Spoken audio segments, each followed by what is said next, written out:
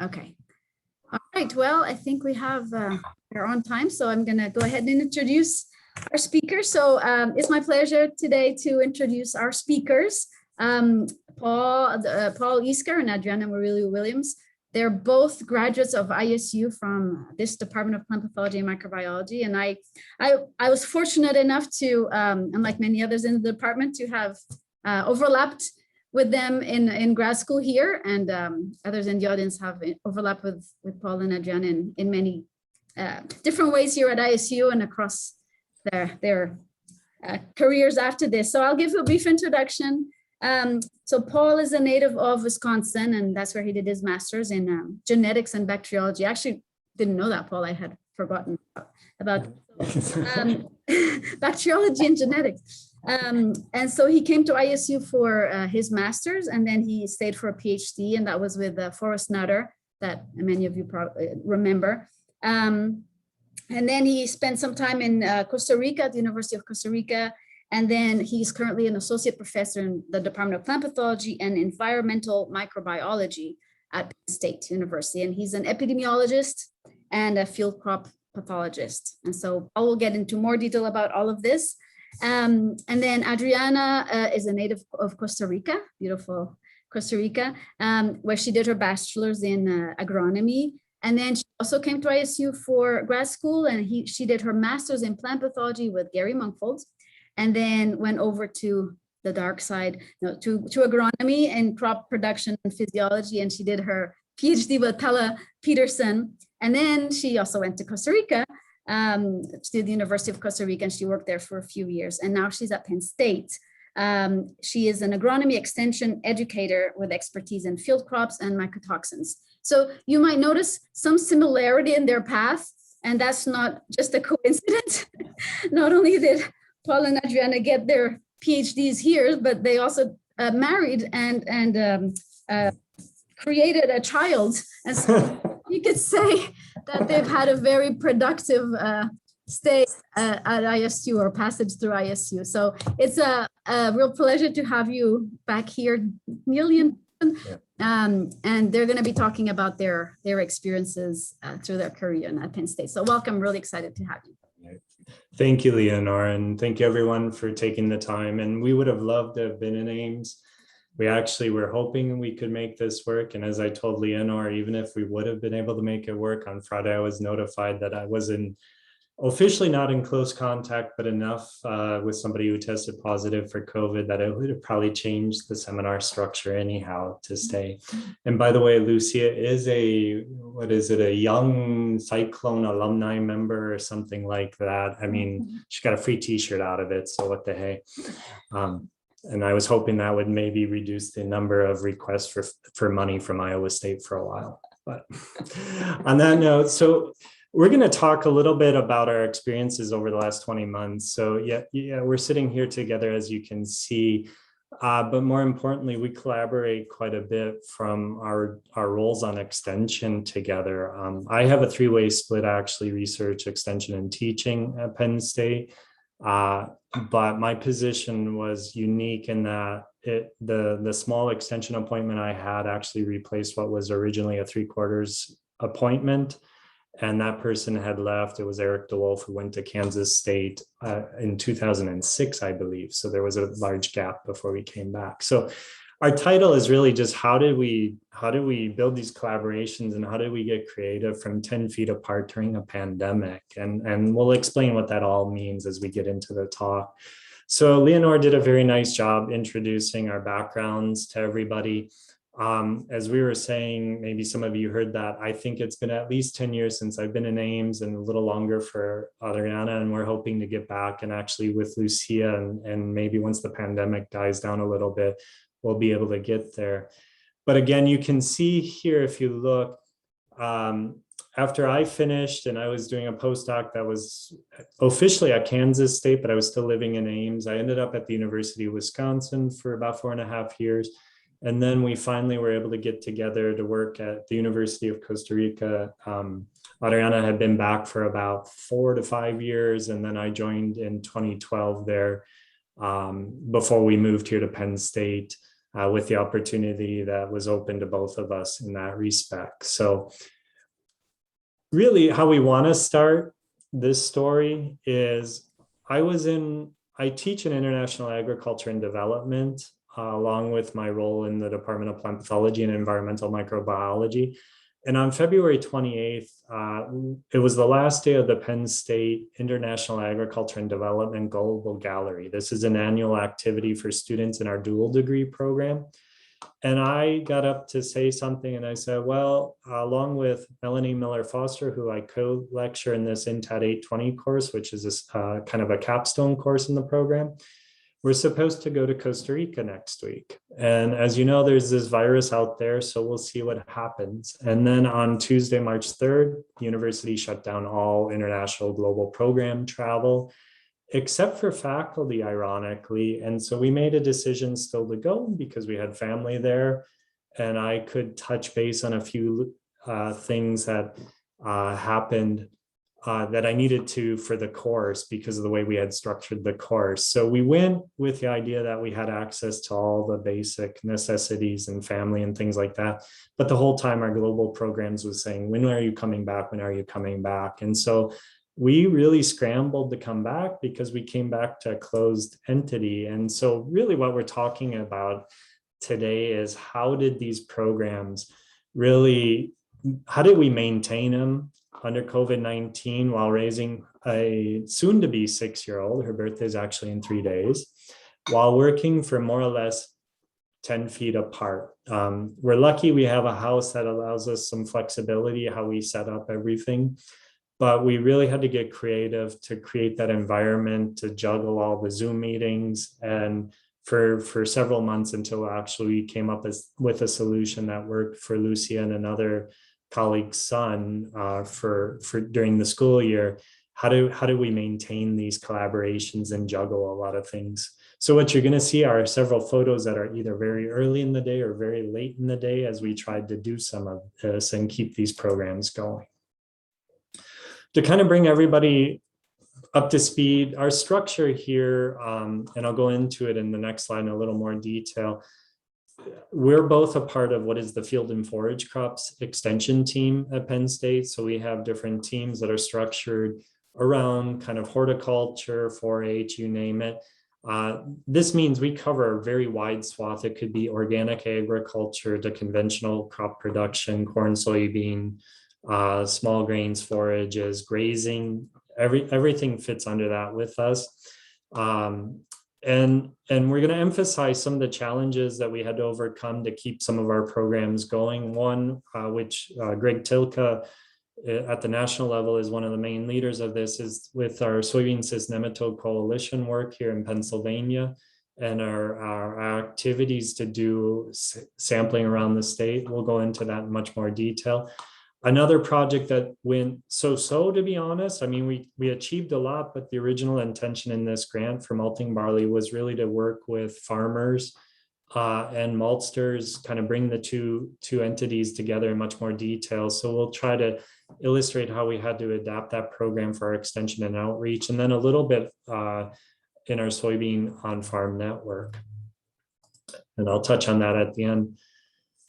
The main thing that allowed us to function to some capacity with some creativity was that early on in the pandemic, we meaning extension, we were deemed as essential to the agricultural sector. So I think we came back on March 20th around that time. And then by mid to late April, even though we couldn't step foot on campus or we couldn't step foot in an extension office, we were deemed essential, which allowed us a little bit of a door to figure out how we were going to adapt and adjust to working on these projects, many of which had been established the previous season for things like winter wheat.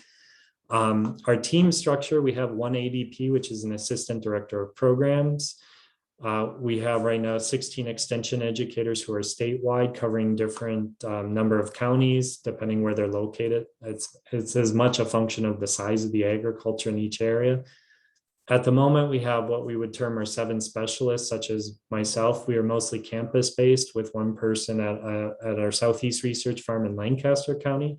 And then I have what I've termed 6 affiliated people who are on campus who work closely with our entity. What this allowed us to do for some of these projects is at least maintain our networks during 2020. But we had obviously a heavy reliance, like most, on virtual programming, and this is just one example. And I believe actually this example, the person speaking there, I can't remember if it was recorded or not at that level. So we even got creative in how we did this. You're going to see more selfies probably in this seminar than either of us would have ever taken prior to a pandemic. That kind of illustrates how we did a lot of things. To give you an idea a little bit, and I'll go through this pretty quickly, but our background, what do our growers look like? Because I think that's also relevant for the type of contact we had to maintain. You know, the farm size, shape, rotation are often driven but still by the needs for the dairy industry, although that is changing. We deal with a lot of smaller, irregular in shape fields with high microclimate variability and high terrain variability. The topography, some farms are river bottom to mountaintop here in parts of the Appalachian, which means they're handling very different environments all the time. A big weakness or a limiting factor that we have, though, is the access to digital tools. If we drive not too far outside of where we live in the State College area, we'll lose all cell phone coverage for extended periods, which means we lost touch with many of the stakeholders we would work with. And also we work with a wide range of technology use adoption, because we deal with Amish, Mennonite, the plainclothes sect, all the way to what we would term our farmers you would expect to see in Iowa with high technology adoption.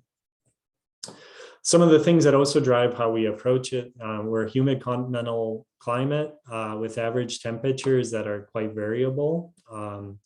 Our average precipitation is around 42 inches each year, but it's the timing of that rainfall that's really the biggest challenge for us. We have frost-free periods. You can see 100 days at high elevations to 200 days in the southeast. So this extends and shrinks the growing degree days that are available to produce our crops. This also keeps us very active, because at the end of the day, we are sometimes talking about the same disease in, say, small grains, Fusarium head scab, for example. We might start talking about it in early May. We might finish talking about it, depending on the location, in mid to late June. So there's a lot of things we have to take into account.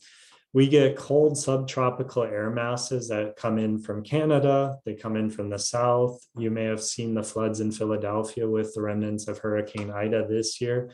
We had 3 to 4 inches of rain in this area. They had 8 to 10 inches of rain, and a lot of that came in just a couple hours. So we deal with a lot of this variation as we do our jobs in these areas.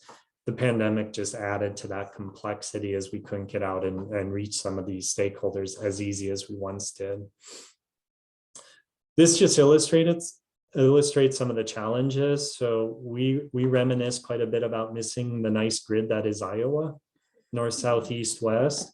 When you look here, you can tell if you're in a vehicle, there's really no such thing as a straight road. And that also influences how a lot of our farms we work with are structured.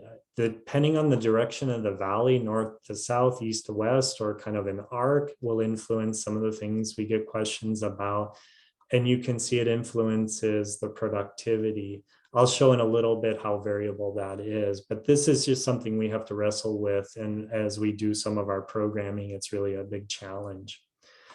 To further illustrate some of that, you're going to see here a series from about 2017 through last year, I think, just kind of the general annual ranks for where we're at in terms of temperature and precipitation. What you're going to see in general is that temperature is on the top end, much more above average these last several years, while the precipitation rank has been maybe average in general sense to record rainfalls. And this is something that influences us also when we do our programming. So we'll just run through this quickly to show. I'll highlight in 2018, it's actually the wettest year we had on record, which means our planting dates can be early and our harvest dates. For example, I was coordinating about 25 minutes ago if we're going to harvest our last corn study tomorrow potentially, because we can't get things out of the field at times at this time of year. And so this all drives the sort of thing we deal with on a daily basis. very similar in 2019. And then last year, while it looks like an average year, the marked timing for us, we hit drought by mid-season and really suffered that way. And it was one of the hottest summers on record, or one of the hottest years on record for Pennsylvania. So we're just constantly dealing with climate differences in that respect. And this can be seen here. This is just statewide, sort of the average yields in bushels per acre or silage tons per acre. There's areas in the southeast that are phenomenal. 300 plus bushel corn, 100 plus bushel soybean, and 140, 150 bushel per acre wheat is very common. The challenge is we deal with a lot of farmers who cannot even get close to that, which you see here kind of in the ranges across those environments. So the year-to-year variation is something we really do deal with. When we look going forward, and these are things we deal with, the projections really, we're seeing the last spring freeze recessions kind of each year by decade, 1 to 2 days earlier we can go in, but we're also wetter at that time of year, which means we could start planting. We know of farms in the southeast that can plant late March, early April and get phenomenal yields and do double crop soybean. We go to the far north, if we're in soybean, they might be at a 0.8 maturity group. And the state isn't that large. And so these are all things we wrestle with for doing some of it, which we'll highlight as we go forward on some of that. And so, these extreme events and even the year-to-year variation, the within-year variation is something we really have to deal with. And why is that important? This is work some colleagues of ours were a part of in plant sciences. Because of these stresses, we know the yield potential can drop very quickly. And so we get these weird combinations of both heat, which drives drought, or areas that don't dry out at all at the same time. On top of it, we have highly erodible soils. So there's a lot of work we do looking at things to improve that soil erosion or reduce the loss from it. That will drive some of the things we deal with during the springtime. And I think we'll move into that now as we change. And Adriana will start to talk about some of the things we do. But all of these are the challenges that we really do wrestle with in this.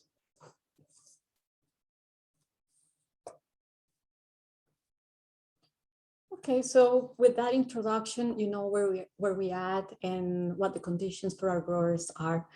Hopefully that's a good background. So now we're going to be talking about some of the projects we work on together. And one of them actually has to do with soybean cyst nematode that I'm pretty sure you have heard a few things about it. Just in case you haven't, it's a pretty bad pathogen. Just keep an eye on it. So of course, that's not true. We all know that soybean cyst nematode is the most damaging pathogen in North America, actually in the Midwest and Canada. And one of the reasons I think this is such a dangerous pathogen is because it has the ability to be in the field, not the ability, but it can be present in the fields without causing any symptoms. So having said that, I'm just going to show you where SCN is. And what this map shows, and this is by Dr. Tilka and collaborator, this is the known distribution of SCN in the US and Canada. And in red, you'll see the counties where at least one field has tested positive for SCN up to 2017. And in blue, you'll see the counties that have been added to that map from 2017 to 2020, which is when the latest version of this map was published. So anybody with a background in plant path or nematology is going to be looking at Pennsylvania and ask, well, what is going on here? Because look what happened in New York, for example. In the last 4 years, they went from pretty much 1 county with SCN to over 30 counties with SCN. So what is happening here? And there has been just one finding of SCN in Pennsylvania, and that was from 2002, Lancaster County. So it's been 20 years pretty much since that happened. And from that point on, the Pennsylvania Department of Agriculture kept running surveys and trying to find SEN without being able to find it. So the last survey that was conducted across the state happened in 2017. At that point, our state nematologist retired, so nobody's been running nematode testing. Luckily, we were able to find funding, and we became part of the SEN coalition, and we have additional funding from the Pennsylvania Soybean Board to be able to offer free nematode testing for farmers. So back in 2019, right before we started offering the free nematode testing, we ran a small survey that was answered by 54 soybean growers and like 5 ag consultants. And the natural question that comes up when you look at the map of the distribution of SEN is, are they sampling for SEN? What is going on, right? So simple question, do you scout or soil sample for SEN? And it is not a surprise that the vast majority of them said no. So what is happening? After that, we started to offer the free nematode testing. So far, we have analyzed 309 samples from the free testing program. In addition, we have analyzed 200 additional samples coming from research plots from the different experiments that are part of the Soybean on Farm Research Network. We don't have a local lab where we could send the samples, so we send them to the North Carolina Department of Ag and Consumer Services. So far, we have received samples from 40 counties, and Pennsylvania has 67. So this is what you see in the map here. The counties in green are where we have received at least one sample from. So far, we have been able to find SEN in at least one field in 5 additional counties. So this is the county where it was first found. So we have been able to find it in 5 additional counties. However, we have been able to confirm those findings in one of them, and that is York County. And when I say we have been able to confirm, is that we're working very closely with the Department of Agriculture. And every time we have a finding, we have to let them know. They go back to that field, they take another sample, they retest it. And if it comes back positive, then it's considered an official finding. So far we have 5 additional counties and 1 has been confirmed. It doesn't sound like much, but some information for you is that the county that was added was York and sits right here in the southeast. And that is the county where the largest area is dedicated to soybean production. And along with Lancaster, which was where it was first found, and the counties around it, in this little area here, this is where 33% of the soybean production in Pennsylvania happens. So I think being able to tell farmers, okay, SEN is in York, you have to, be aware that you have to sample. I hope it helps and more people actually participate in our program. So along with sample submission, we're asking farmers to fill out a field history form. So we're asking them information about the yield of the previous 3 crops, the use of tillage, the use of cover crops. We ask them if they have used nematicides. We ask them if they know what the source of SEN resistance is in their varieties. And we also ask them about the most common weeds, thinking that they may have like hotspots of weeds that can be a host for soybean cyst nematode. So just wanted to share with you some of what we learned from that database. It's still in construction. So about 70% of them have adopted no-till or practice minimum tillage. About 24% use cover crops. 18% use SEN-resistant varieties. About 1% of them say they have used seed-applied nematicides. 22% have spotted sudden death syndrome in their fields. And the most common weeds, I'm pretty sure that this is not a surprise, are so far meristel and foxtail, but we have a long list of weeds that they think are a huge problem. So we're just not testing the sample, testing for SCN. In addition, we're getting information about other plant parasitic nematodes, and this is still at almost 200 samples, but I'm pretty sure the trend continues with what we have acquired in 2021. So just wanted to share with you that the most common nematode present in our samples, it's been lesion nematode, has been present in at least 80% of the samples, followed by spiral nematode in 69% of the samples. In some cases, I'm not saying all samples, lesion nematode has been present at levels that could be considered moderate to high, and same applies for spiral nematode. We have found root knot nematode in 4 samples, but 2 of those, well, one of them came from an alfalfa field and the other one from a hay field. And we identified those as meloidogyne hapla in alfalfa, and in pasture it was meloidogyne nasi.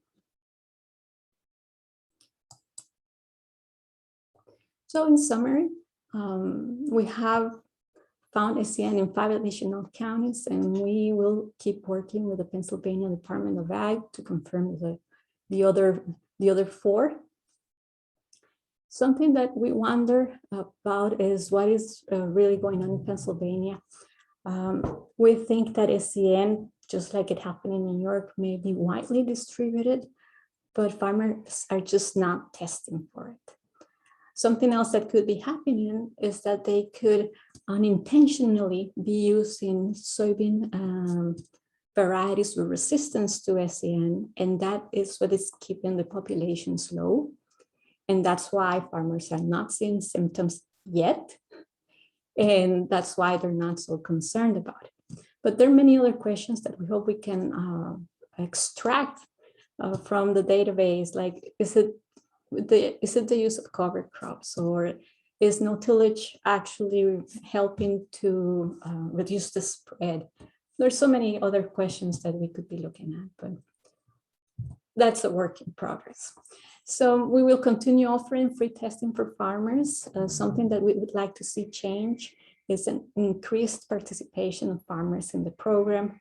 And 2020 was interesting for everybody, but for us, it was important to try to keep this program running, but at least, but we were not seeing farmers in person. We were not able to say, well, here is the soil sampling bag.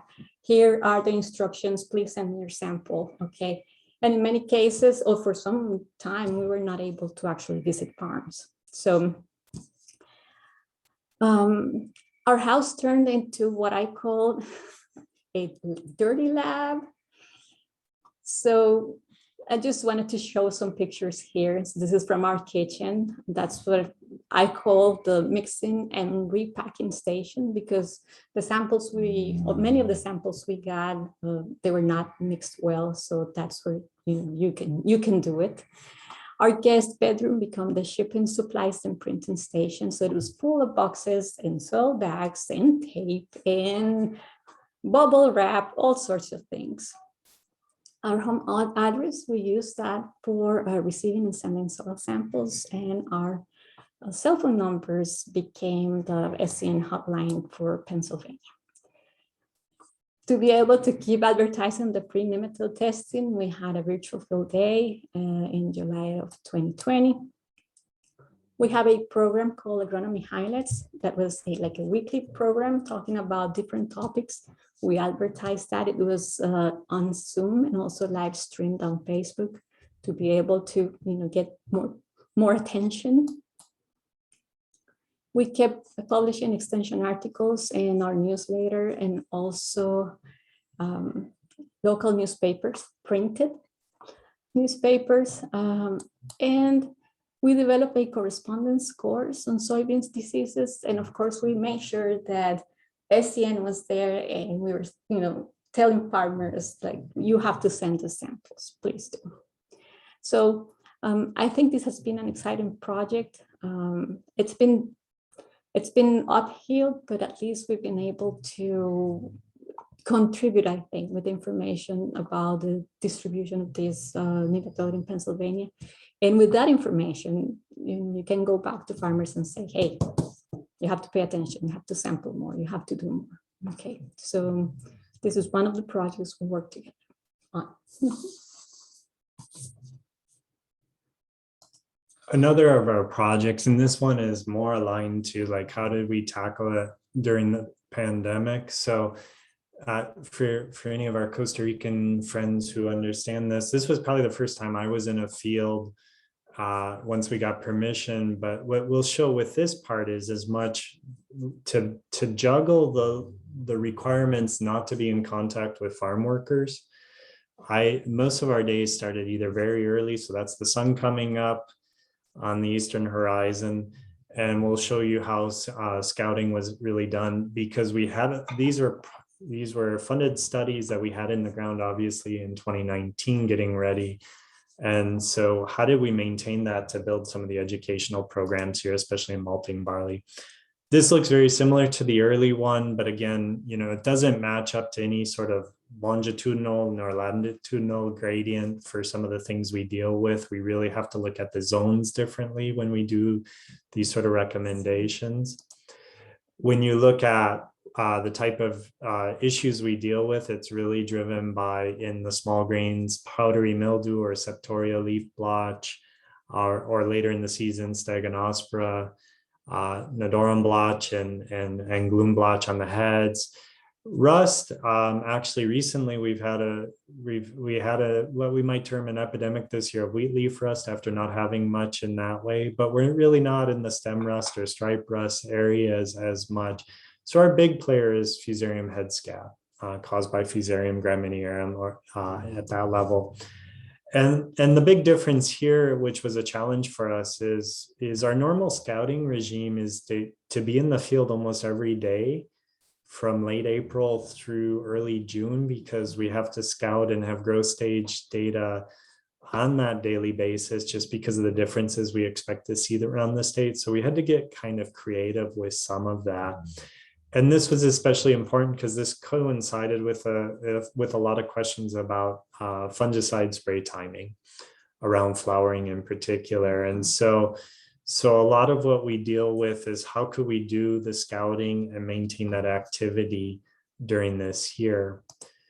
When you look at this for those who haven't done or haven't studied a lot of the small grains, we're really protecting the upper canopy, and this is the relative contribution of either the ear, flag leaf, flag -1, flag -2 to final yield. And so again, growth staging this crop is probably, these two crops in particular, is much more important than maybe some of the other ones where we have a little bit of flexibility with that. And because of that, we really were trying to be proactive and creative to keep these studies going. A lot of these were going to be done without help in the field, and we knew that. And so how could we do that? Our goal with this project, especially in malting barley, is to raise awareness among the growers, all the growers, the buyers, and the millers. The idea really was to get them together to start creating standards that they will have to meet for maybe a buy local sort of marking. There's a Pennsylvania mark that you can put on it, but we're not quite there to what they do in New York State with some of the requirements, but it's getting there for competitiveness in this brewing industry. If you look at Pennsylvania as a market, we are ranked 3rd in craft breweries. But per capita, there's actually room to grow. We're 19th there. And this is being said by somebody who grew up in northern Wisconsin. So trust me, there's more bars than churches where I grew up, things like that. So there is value here, but there's a lot of debate on how best to do some of that. So the approach we're going to show here is really how do we keep, and working with our colleagues in plant science, in particular, Mark Antle last year, to maintain our variety testing program and use that. You can see here, Rock Springs is, you could call this State College. We're here in Center County to Huntington County kind of lines where the main research farm is. And then our other main site is in Landisville and Lancaster County. Very, very similar some years, very different in other years in terms of their environments. And so, you know, we're going to look at this in a couple different manners briefly. But, you know, the idea is, what information do we need to package for our producers? Beyond the scab, you know, other things we might deal with are barley scald or barley yellow dwarf virus in these situations. We get a lot of questions that way. For the most part, I wouldn't call them major issues for us, but because they're noticeable for farmers, we do get a lot of questions that way about other things that they can do to manage this. And so what we had to do was still maintain that line of research going forward, even during the pandemic. And so most of our scouting, and you've seen a photo of Lucia, our daughter, already, was really sunset scouting. So either some of the work started very early, some of the work was done late in the day, and all of this was to avoid the really to get out in the field, but avoid the situation we were asked to avoid with regards to the farm workers who we did not want to lose to COVID in any way, shape, or form. So thankfully, the farm was very quiet. We could do that with some creativity, but a lot of this was a pop in, pop out type scenario at a lot of times. It also gave us a new meaning for field to table. So what we could do in the field, obviously establishing the crop in the field, plot maintenance. What you're seeing here when I say table is this happened to be on our back patio doing all of our disease ratings for scab across our trials. This happens to be from wheat, but we were doing the same thing with barley. So we would spend hours on end just working together on that, and then also prepping the samples for other post-harvest work. So we had to get very creative, because at this point still, I think I only had one person in the laboratory, and that had to be a special case for a student who was defending a thesis that summer. So we got very creative to keep this going. The backyard became our sentinel plot. Also at that level, to do grow outs, make sure everything's there. So I guess we were true pathologists in that at that level. We got our gold star for a while, using what we had at our disposal. You know, one of the big things was, how did we set up everything at home to do home diagnostics, microscopy, at least some degree of this. Our clinic was running, but it took a lot of logistics to figure out timing and samples to get them from farm to the lab that way. So we tried to do as much of this here at home as possible, just to confirm some of the things we were seeing. The value of that is we're really trying to build a program, and we'll talk together in this part a little bit more, because it's not just about yield. So this is what a farmer is going to see in a typical small grain variety test program, at least here in Pennsylvania. But we've been trying to add value added components to some of that, because we wanted to emphasize that the yield is only one piece of that puzzle, especially if you're trying to sell it as malting barley, where there's tight restrictions on some things. And you can see we have high yield potential. These are yields that make us look more to the European environments for management ideas, because of the potential for extended grain fill periods here versus some of the other areas of wheat production locations in the US. But we needed to start to build those pieces. And one of the things we've been able to do is start to look at multi-year performance. And you can see here kind of across a multi-location in 3 years, we're able to organize the data in a different manner to start to talk about both yield potential. And more importantly, what we've started to add is our testing program, getting these samples tested for DON. We actually closely collaborate with Hartwick College in New York State, who handles barley quality, malt quality type parameters for that. And this is something we're continuing to do with some of that, because again, we want to remind them that yield is one component of that. Scala is a good example, but it also has good DON, a good reaction to keeping DON below the thresholds. that would be needed in malting barley. So it's trying to bring them that combination of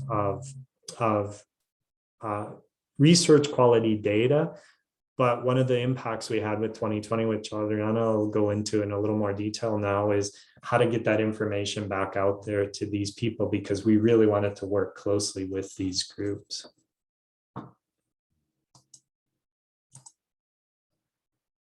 So Paul already mentioned that during the last few years, Pennsylvania was one of the 2 states with the largest production of craft beers. And of course, so there was talk out there among farmers about the possibility of growing barley to be able to be a supply for all that, growing industry, the craft beer industry.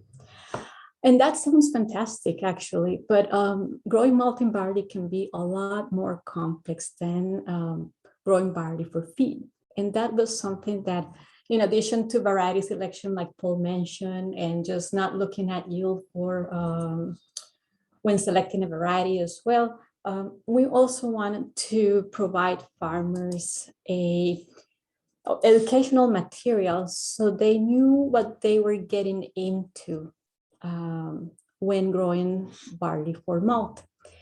We don't want to see something like what happened here, and this is my personal opinion with hemp. A lot of farmers jumped into growing hemp without knowing what they were getting into.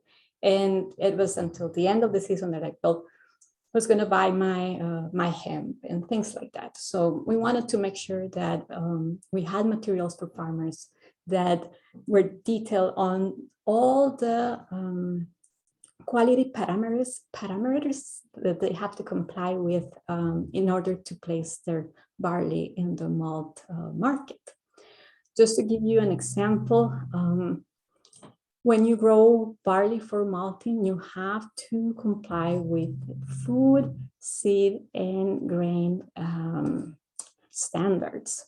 One example for here is the maximum content of deoxynivalenol, or DON, that's what you see here, in grain intended for malting is 1 part per million, which is the same standard that they use for wheat-based food products. And this is actually very low when you talk about the grain farmers.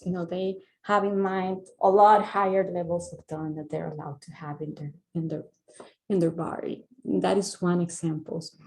In terms of what they have to do, and this happened to me, I was telling a farmer who wanted to sell his barley for malt. I said, well, you have to pay attention to risk of Fusarium head blight in your area, because you have to apply a fungicide to keep levels of DON low. I've never done that. Why do I have to apply a fungicide? It's too expensive. Just, that mindset. Okay. In addition to that, you have to comply with seed quality standards. So this is also new if you're just a grain farmer, the fact that somebody says, wait, you have to provide us grain that has 95% germination. So that means you have to dry it very carefully. You have to be very good at storing that, because for malting, you need somewhere between 90 and 95% germination. So if you're a grain farmer, you really don't think about keeping that embryo alive. But if you're going to sell it for malting, you have to think about that, because that can cause grain rejection. You have to think about pre-harvest sprouting. That can be managed with a careful variety selection and also management in the field.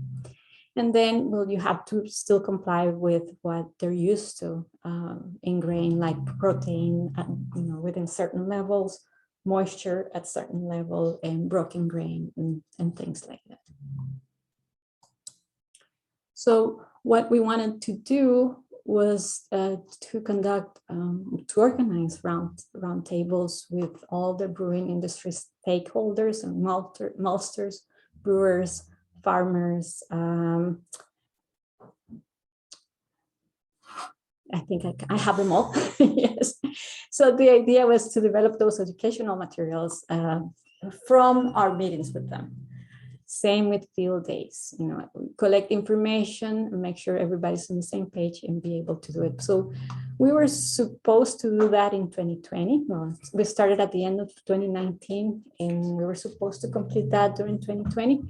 So if you see that at least 60% of our project is face-to-face meetings, we had to get creative again, like everybody had to.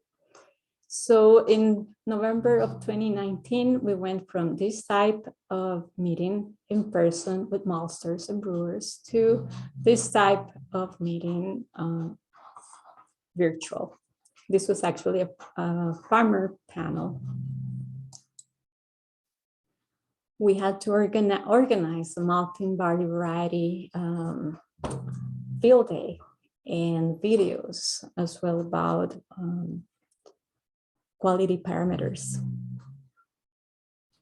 So pretty much our house became a recording studio, a photo studio, and once again, the dirty lab when we process all the samples and get them ready for those educational materials that we promised. Well, the good news is that we were able to provide what was asked from us, and we had to return money. That was the bad part, because a lot of what was in the budget was for face-to-face meetings, but we were able to deliver. So we found a way. Yeah, and so if you're bored and you want to look at these videos, you'll see a fireplace and some, you'll see our thermostat and others. What we picked what we could as background. Yes. To do some of this, and you can even see I even wrote a handwritten script, I guess, at that level. So the last part of the talk to close is part of our strength by being deemed essential was that we have an established network around the state, and I think that kept us going. The challenge was how to do this in and around the pandemic and keep projects going. So our on-farm network is something that I administer now, but it started in 2009, and it's a large team effort across the entire Commonwealth. And when you look at it, it's allowed us to do trials on farm, looking at different compounds, evaluate the effectiveness here. I'm focusing more on what we were able to accomplish in 2020, but this is what we take to these farmer meetings, which was again the big challenge, because the most effective part of doing these on-farm studies were our winter meetings where we actually had farmer panels. And so virtually you couldn't duplicate some of that activity. Obviously other farmers pay a lot more attention when it's somebody they know speaking more than some of us at times. The good was in 2020, we were able to establish, these are different trials that we run across the state, and they do change every couple of years. So some of it's about cover crops or reducing impact on soil compaction through deep ripping in these no-till environments, to good inoculation practices. We have a large extensive slug monitoring network because that's a major issue on the pest side, on the animal side a little bit. And then things we do maybe in the pathology from seed treatments or yield limiting work.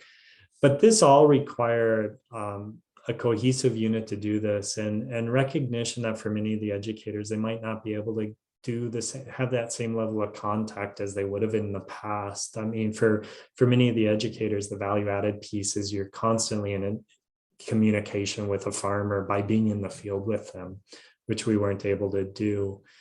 The bigger challenge, though, as these trials were taking shape is, again, the labs were shut down for the most part. So this is now a different table, I guess. We were just using everything we had at home for doing assessments, as well as looking, and I'll throw a little bit of corn in there for good measure. But we were really trying to adapt to the house, along with, I guess I just noticed here some of Lucia's handwritten notes to us as well. So, you really adjusted to this, and thankfully we had the space to do some of this. You saw a microscope in the past. We also took advantage of kind of training the next generation with that level to look at the samples. you know, a lot of this, thankfully, we weren't having the supply chain issues we would be dealing with today. So we were able to get a lot of these supplies shipped directly to the house without a lot of headache to be able to do this. By some parts of the year, we were able to have somebody in the lab that I could coordinate with who could help us. But the bigger challenge was, how do you do scouting? And if you look here that I'm circling, I mean, again, late day scouting and sampling with somebody who's about 4 feet high joining us a lot of times in that activity. So we really tried to make it efficient, and we had to kind of look at it from a different perspective. But it did give us a chance for other work then to kind of dig deeper across what we were doing in the on-farm network. So this is some of our more lab-based work on understanding the questions about early season cold impact and susceptibility of soybean, looking at the different microbiome aspects here. We could take a little more time on some of that, which I think helped us as we try to bring some of this information back to farmers. Understanding what's happening in high, low yielding spots. This is something that'll be forthcoming in Frontiers from one of my former postdocs. You know, we decided to focus our energy on also summarizing a lot of that data as well. So when you look at it as a whole, you know, we just got creative. We just adapted to the situation there. And I think the best way to summarize some of this, we'll see if this works for everybody. I'll turn up the volume. This kind of in a nutshell is what it's felt like for us, because we became photographers, we became screenwriters, you name it. And we put this together just to kind of end our talk.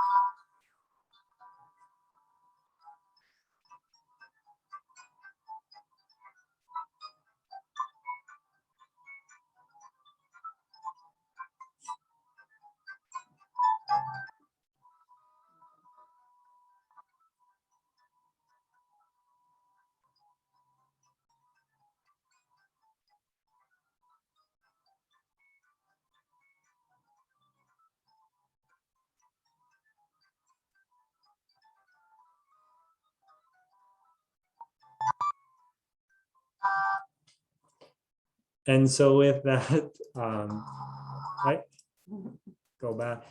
We have a lot of acknowledgements. Adriana's highlighted where we had struggles with some of the grants because they weren't flexible, but I mean, we've had great support for the work. So we took it upon kind of the whole team and what we do that way to do a lot of this. And then in closing, I mean, obviously, as many of you know, your lab group is really fractured in some respects during a pandemic. And so I thought this was the best way to illustrate what we were trying to do. And for the most part, as we were able to get back in the lab, you know, it was usually coordinating with one person to get a supply there, get a supply out as we did that. And so I want to thank, you know, my entire lab group, and there's even a few more who aren't on the board here that way. So with that, I think we're a couple minutes past 5, but we appreciate everybody taking the time. And if you have any questions, we'd love to chat about them or anything that way. So thank you for your time and your attention.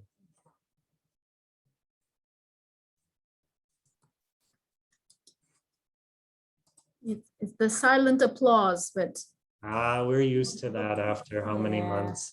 Yes. Questions for Paul or Adriana?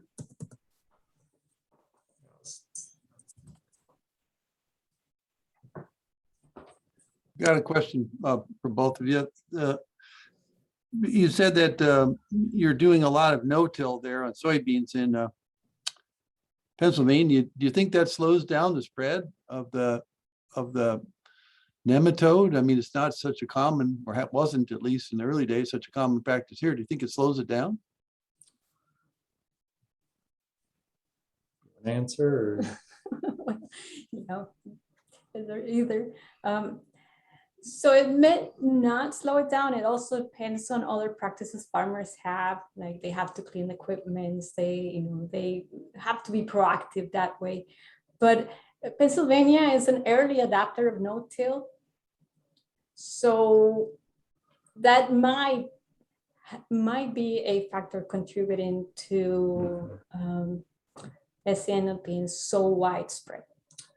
The other thing I wonder about, pardon me, Paul, the other thing I wonder about is the spread of the or the distance between fields? Is it, I mean, people use equipment over a pretty widespread area in Iowa. Same person might do several thousand acres. Is that less true? People moving equipment around? It's probably similar, but slightly different with the movement of equipment, because depending on the farmer and their relative size. So the average farm size here is about 150 acres. And on the top end, when you talk about several thousand, I think the largest farm I'm aware of, they farm across 7 counties to be able to get the land they need to do that.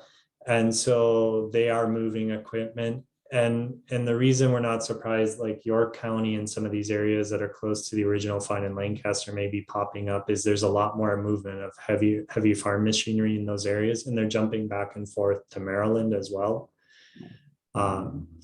But just adding on top of it, beyond that distance piece, adding a little bit, one of the other things that Pennsylvania is an early adopter on is cover crops. So if you look at USDA data from the 2017 census, you can almost see a gradient of cover crop adoption from the east across the Corn Belt. And that's something we've asked a lot of questions. So that combination of the two kind of maybe are working hand in hand. Interesting. Thanks. Great seminar, by the way. Thanks.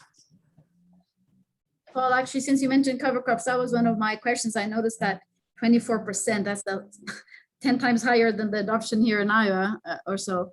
And so I was wondering, what is the cropping? I mean, is there a reason that you know of, or Adriana, why adoption is so high, apart from, you said there's a gradient? Yeah, I don't know. Is it something to do with the cropping system? I'm not too familiar with what growers, how do growers grow soybean there? Is it more conducive to using cover crops, or is it? There's a big push. So one of the big factors that will drive it is, remember, we're close to the Chesapeake Bay.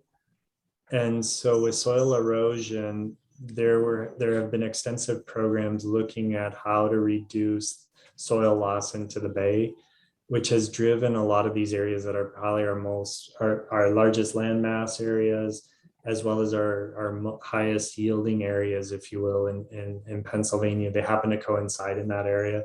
There's a big push. There's farmers who have adopted planting green technologies. So they've worked on the equipment side to modify that.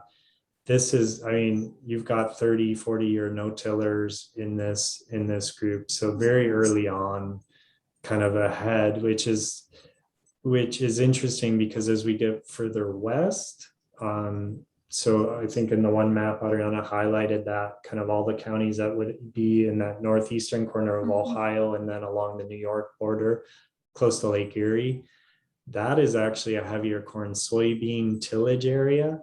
So we've always suspected that's where we would find SCN. And I think we've had one tentative find in that area to date, but we're starting to see some other things that might coincide there. So real marked difference kind of to show that. And at the end of the day, when we analyze the entire database, we may say, well, tillage had nothing to do. Okay, but right now I don't have the evidence to show that it does contribute.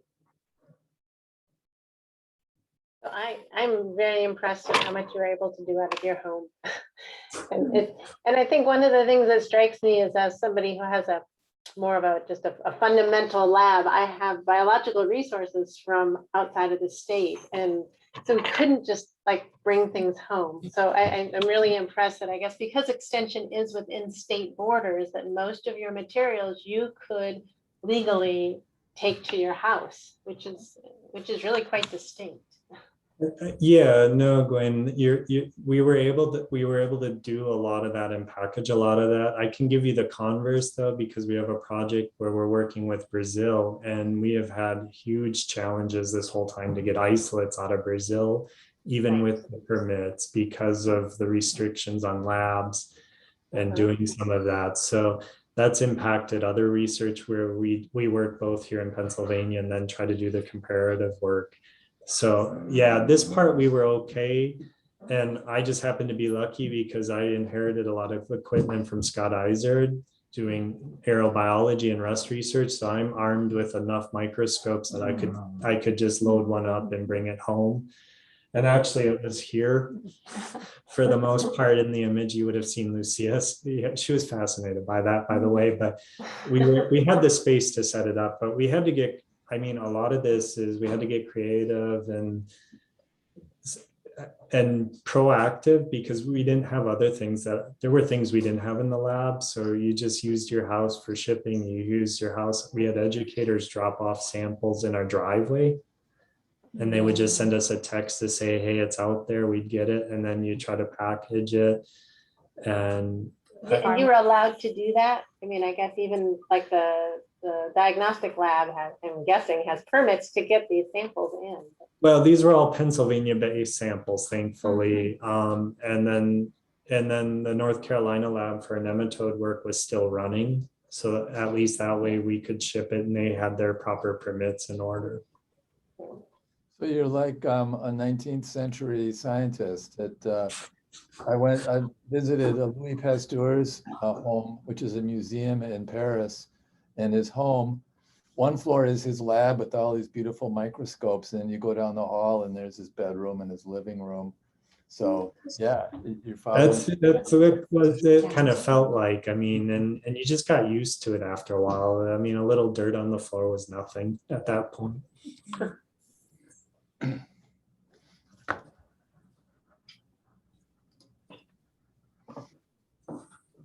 Any other final comments? That was a great seminar. It was really story. I really enjoyed that the combination you had of like the pandemic experience and letting us know what kind of research you're doing. So that I learned a lot. I was not too familiar with barley and all these different, the topography of Pennsylvania. I had a ton of questions, but maybe we could talk about it a different time, you know, how different it is from Iowa, you know, even like how climate change will impact a place that's already so variable. You know, kind of double the challenge, but yeah, really fascinating. I don't want to keep anybody later, but if anybody has questions, I see two Ticos in the room. Thank you, Jose and Sharon. They suggested a colleague in Pennsylvania who would be a good speaker for seminar, and I didn't know who they were talking about until give me your names. It's really a small world at that point. Yes. Yeah. Thanks for the suggestion. Okay. All right. Well, thanks so much, guys. Thank you, everyone. Lucia, you behaved really well. You can talk up now. Good job. Bye. Bye-bye. Thank you. Thank you. Thank you. Bye.